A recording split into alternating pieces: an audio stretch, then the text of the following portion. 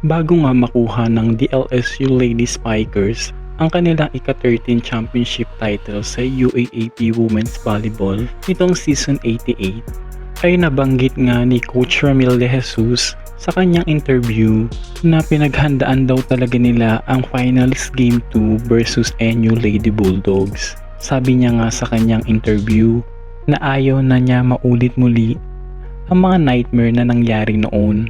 Kaya hanggat hindi pa natatapos ang UAAP finals ay sinabi niya sa kanyang mga players na huwag silang tumigil dahil may ganoong history na nga daw sila at mahirap nang maulit pa. Ang tinutukoy nga ni Coach Ramil De Jesus sa kanyang interview ay yung UAAP Season 76 Greatness Never Ends noong 2013 to 2014. Dito kasi ay nagka 14-0 ang DLSU Lady Spikers sa eliminations round, habang ang Ateneo Lady Eagles naman ay step ladder sa semifinals. Ito nga rin sana ang 4-peat championship title ng Lady Spikers sa UAAP.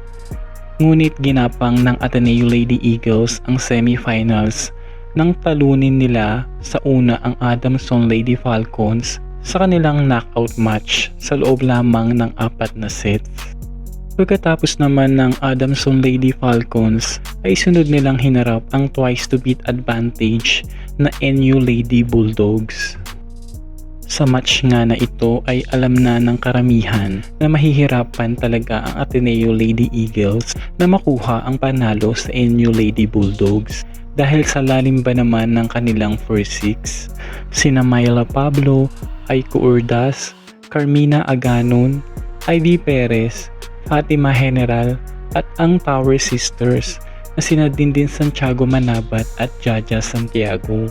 Pero nabaliktad nga ang mga nangyari dahil nakuha ng Ateneo Lady Eagles ang semis game 1 sa halos dikit na mga scores sa loob lamang ng 4 na sets.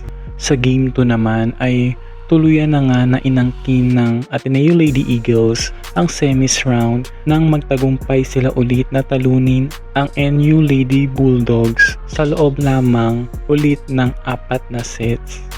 Pero di mo nga akalain na mananalo ang Ateneo sa semis dahil kalakasan din ng NU noong season na ito at halos karamihan din sa Lady Eagles ay mga rookies pa lamang. Pero ito rin kasi yung season na biglang mas naghalimaw si Alyssa Valdez. At siya talaga ang naging bangungot ng bawat teams lalo na sa Lady Spikers. Nag-iba din ang laruan ng Ateneo Lady Eagles ng season na ito dahil na rin sa kanilang coach na nagmula sa Thailand na si Coach Tai Bundit. Kung di ako nagkakamali, silang team din ang kauna-unahang gumamit ng mga fast play dito sa Pilipinas.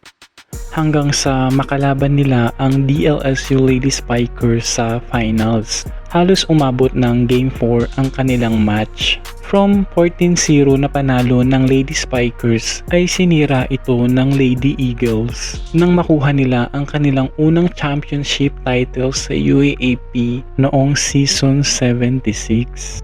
At ito nga yung sinasabi ni Coach Ramil De Jesus na naging bangungot sa kanilang mga nakaraang season. At ito rin ang pinaka-heartbreak ni Chang Abigail Maraño dahil ito ang kanyang last playing year. But this time ay sinigurado na talaga ni Coach Ramil De Jesus at ng Lady Spikers na makakamit nila ang 16-0 na win streak sa UAAP Season 88. At ito rin ang kanilang ika-13 championship title sa UAAP. At iyan lamang po ang ating update for today's video. Kung nais mo masundan ang ating susunod na balita, ay don't forget to subscribe at click mo na rin ang notification bell para updated ka sa ating mga chismis. Tuloy lang ang ating kwentuhan dito sa Puso ng Sports PH.